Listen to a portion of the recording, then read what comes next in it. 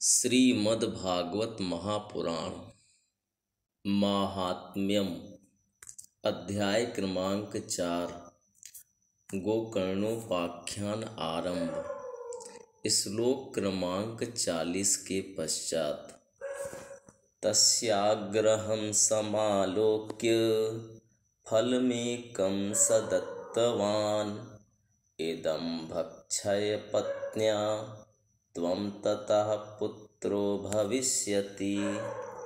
सत्यं शौचं दया दानमेकभक्तं तु भोजनं वर्षावधि स्त्रिया कार्यं तेन पुत्रोऽति निर्मलः।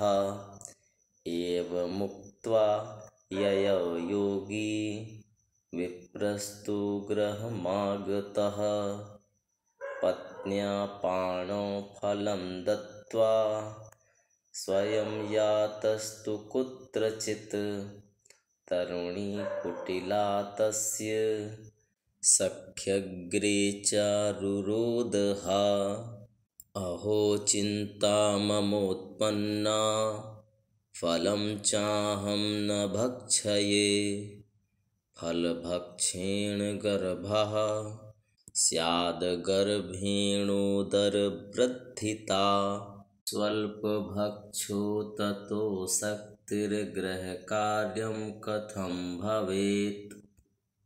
दैवाद्घाटी व्रजेद् ग्रामे पालयेद्गर्भिणी कथं सुखवन्निवसेद् गर्भस्थं कुक्षेह कथमुत्सृजेत्। तिर्यक्चेदागतो गर्भस्तदा मे मरणं भवेत्। प्रसूतौ दारुणं दुःखं सुकुमारी कथं सहे।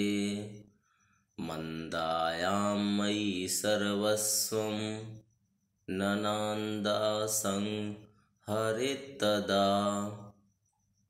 सत्यशौचादिनियमो दुराराध्या सदृश्यते।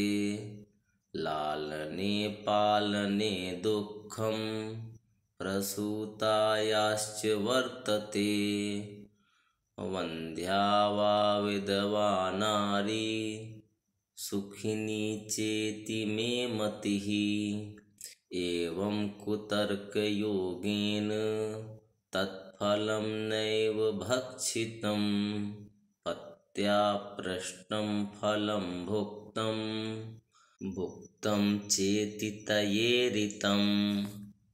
जब महात्मा जी ने देखा कि यह किसी प्रकार अपना आग्रह नहीं छोड़ता, तब उन्होंने उसे एक फल देकर कहा, इसे तुम अपनी पत्नी को खिला देना, इससे उसके एक पुत्र होगा।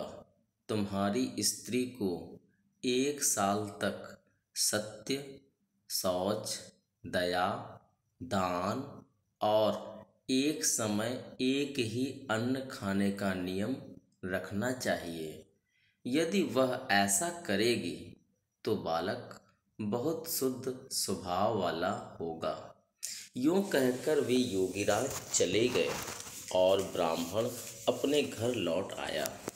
वहां आकर उसने वह फल अपनी स्त्री के हाथ में दे दिया और स्वयं कहीं चला गया।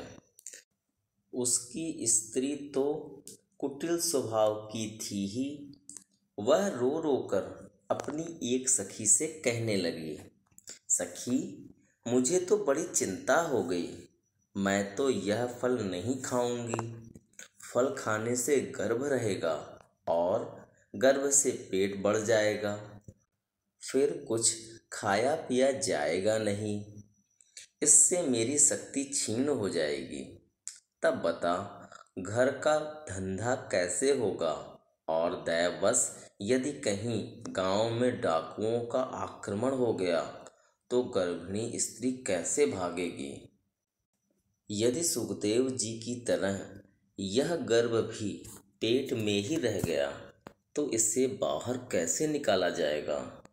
और कहीं प्रसव काल के समय वह टेढ़ा हो गया तो फिर प्राणों से ही हाथ धोना पड़ेगा। यूं भी प्रसव के समय बड़ी भयंकर पीड़ा होती है।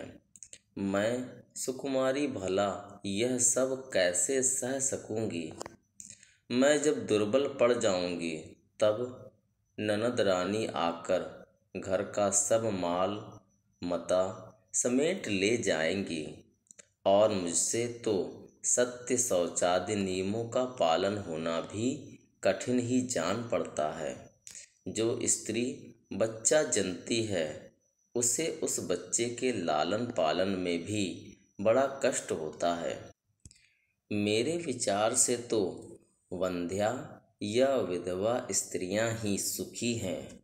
मन में ऐसे ही तरह तरह के कुतर्क उठने से उसने वह फल नहीं खाया और जब उसके पति ने पूछा फल खा लिया तब उसने कह दिया, हाँ खा लिया।